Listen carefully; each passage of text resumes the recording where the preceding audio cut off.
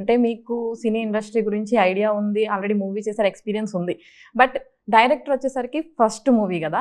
అంటే జనరల్గా బయట ఎలా వింటాము అంటే ఒక మూవీ చేసినప్పుడు కొత్త వాళ్ళకి ఛాన్స్ ఇవ్వటం అన్నది చాలా తక్కువ ఇస్తారు, వినటానికి కూడా అంత ఇంట్రెస్ట్ చూపించరు అనేసి వింటాం కదా.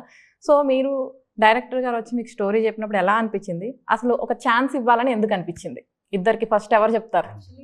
This was a beautiful opportunity for all of us. It wasn't just it was a great opportunity for me as well to show me show the potential to be a good actor, because it was such a challenging role, written in a beautiful way. So I saw that in that way. Okay. Other than that, I never thought. And he's from New York Film Academy. He has done a lot of good indie films and all stuff like that. And the way he's narrated, and I thought he could execute it well, and he did it. So okay. yeah. అంటే మీరేం చెప్తారు? అంటే జనరల్గా నేనేమంటున్నానంటే, okay చెప్పండి అయితే. So ఆయన actually ఇక్కడ ఉండరండి, ఆయన he stays in the US. So ఈ మూవీ నరేషన్కి లేకపోతే ఈ మూవీకి ఎవరు సూట్ అవుతారు లేకపోతే అంతా చేద్దామని అక్కడి నుంచి ఇక్కడికి వస్తున్నారు. అండ్ అక్కడ ఆల్రెడీ న్యూయార్క్ ఇన్స్టిట్యూట్లో చేసి ఉన్నారు, and he has some other concept. So ఎవరో ఒకరు అక్కడి నుంచి ఇక్కడ దాకా వచ్చి ఒక టీమ్ సెట్ చేసుకుని ఒక స్టోరీ చెప్పాలని ఒక ఇంటెన్షన్ ఉంది చూడండి, అది చాలా గొప్పది. అట్ ద సేమ్ టైం ఒక బిజినెస్ పరంగా మనం మనీ ఎర్న్ చేసుకుందాం అని లేకుండా ఒక మంచి స్టోరీ ఒక మంచి కథని చెప్దామని ఒక ఇంటెన్షన్ ఉంది కదండి. That is what has attracted me. ఆ స్టోరీ చదివినప్పుడు కూడా మీరు చెప్పారు కదా, ఫ్యామిలీ ఆడియన్స్ కానీ లేకపోతే చిన్నపిల్లలు కానీ సినిమాలో చూసి చాలా రోజులు అవుతుంది. ఈ మూవీలో ఒక్క సింగిల్ ఇన్స్టెన్స్ కూడా అలా లేదండి. అంత క్లీన్ మా మూవీ. అలా చేయడం కూడా ఒక గొప్పతనమే డైరెక్టర్ గారిది, రైట్?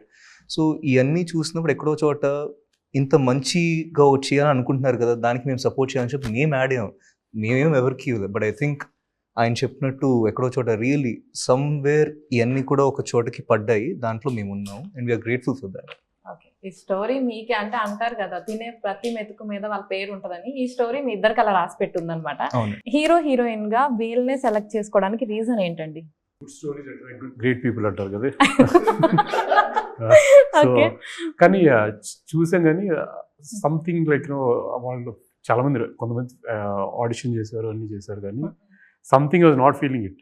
ఓ సాటిస్ఫాక్షన్ లేదు. చూస్తున్నా అంతే like I'm not so role చూడడానికి అంటే ఒక విజన్ ఉంటుంది కదా మనకి, ఎట్లా చూడాలి ఎలా చూడాలి ఉంటుంది, మైండ్లో ఒకటి ఉంటుంది. ఫిట్ అవ్వట్లేదు ఎవరు. తర్వాత ఐ సా ద ప్రొఫైల్స్, తర్వాత పర్సనల్ మీట్ అయినప్పుడు నాకు ఇంకేమో రావట్లేదు. తర్వాత ఏంటంటే I can't take them like వీళ్ళే ఉండాలి.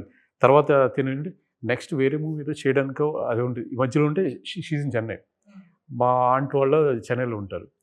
సరే no I will come and narrate the story and can you do later అంటే I don't want wait. I said let's narrate the story, you could take a call later. So వెళ్ళి ఆ same day flight ఎక్కి వెళ్ళి we narrate the story. తను కొత్త director కూడా వెంటనే ఇచ్చారు కదా, I'm grateful like accepting that immediately. ఆ స్ట్రెంత్ ఏంటంటే అందరూ ఇవ్వట్లేదండి. It's very hard to convince people like newcomer అంటే ఒకసారి ప్రూవెన్ అయితే పర్వాలేదు. So I was a newbie. ఆ టైంలో స్టోరీని నమ్మి వెంటనే ఆ రోజు సూర్యన్ కూడా వీళ్ళు మాట్లాడి మొత్తం స్టోరీ చెప్తే ఫస్ట్ వినడానికి కూడా ఒప్పుకోవాలి కదా చాలామంది. అయితే I think everybody face this people right. ఒక్కసారి వినడానికి కూడా టైం దొరకదు.